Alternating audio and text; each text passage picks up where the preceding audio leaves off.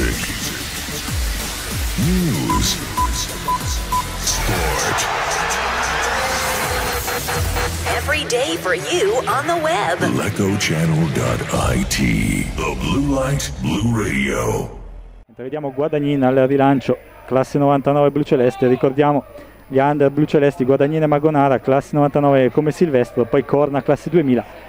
Per l'Inver 1 sono Frattini, acquista Pace De Maria, attenzione al Lecco che si presenta in area, c'è la rete, Danna a segno dopo l'appoggio di Silvestro al limite dell'area. Danna ha sfondato per vie centrali sul secondo palo e c'è il vantaggio blu celeste al quinto minuto.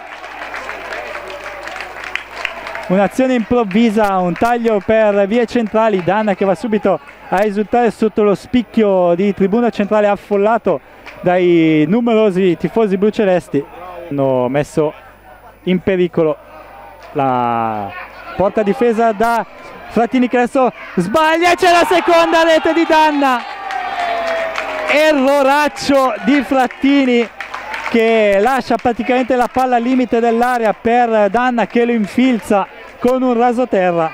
20 minuti di gioco e Danna porta sul 2-0 i blu celesti. Una palla innocua, Frattini sbaglia il controllo e nonostante abbia due compagni vicini la palla finisce a Danna al limite dell'area che lo infilza imparabilmente a terra. Doppietta di Danna. Questa volta Lazzaro col destro ad uscire la palla e c'è la rete, vediamo di chi, mi sembra del numero 6 Nava. Andrà la battuta direttamente in area di rigore verso Capogna, di testa verso Lisai, la grandissima conclusione a mani aperte, risponde Frattini, la palla rimane a disposizione dei blu celesti. Danna, il tocco di braccio di un difensore dell'Inver 1, qui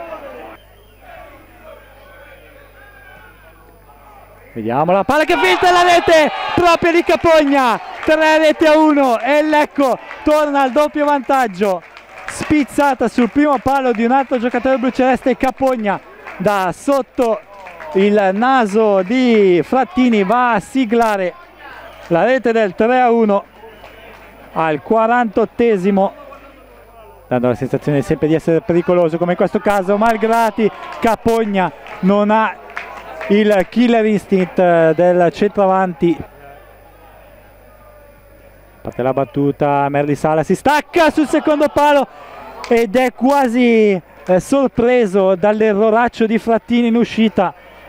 Ottima guardia, Segato con calma serafica gira sulla destra e poi il fallo ai danni di Isai, ma la palla dentro per Silvestro, poi Lella e c'è il fallo su Lella.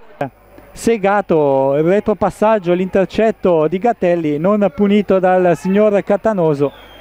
L'Inver 1 dalla parte opposta, adesso Chessa in area, la conclusione alta sopra la traversa, bene così dei blu celesti.